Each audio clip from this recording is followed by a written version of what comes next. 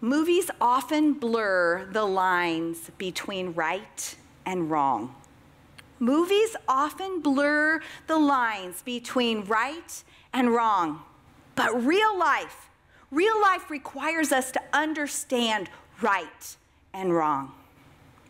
My husband, Mark, and I have been married 28 years, and we are self-described as being married 28 years, 18 of them happily. I wish that wasn't the truth, but it is. We've spent a lot of time sitting in a counselor's office. We've had a lot of issues in our relationship that we've had to work through.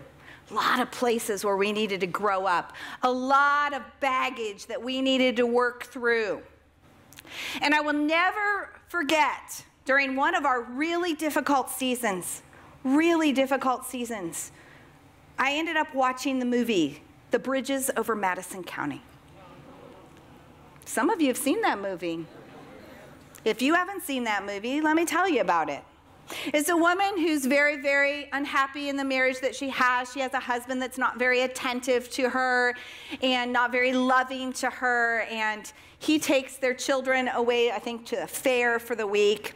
And she stays back to take care of the home and the farm during that week. And during the week that she's there, a drifter comes along.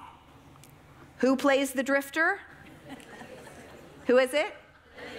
Clint Eastwood, yeah. And Clint Eastwood comes along and becomes the man that she has longed for. And before you know it, I'm watching this movie, and I don't even realize I'm doing it, but all of a sudden I'm kind of rationalizing why their affair is okay. I mean, the way they paint it in the movies, they paint it like her life went from black and white to color because of the way that they make it and the music that they add to it and the parts of the story they managed to leave out. And so before I realized it, I was thinking to myself, well, she really didn't have a husband who was attending to her needs. And before you knew it, I was rationalizing why in my life that might be okay. Because my marriage wasn't in a very good place. They often blur the lines between right and wrong, what we see on the big screen, and we need to understand that that's dangerous sometimes. And that's why we have to be able to stand firm. And we have to know the difference between right and wrong.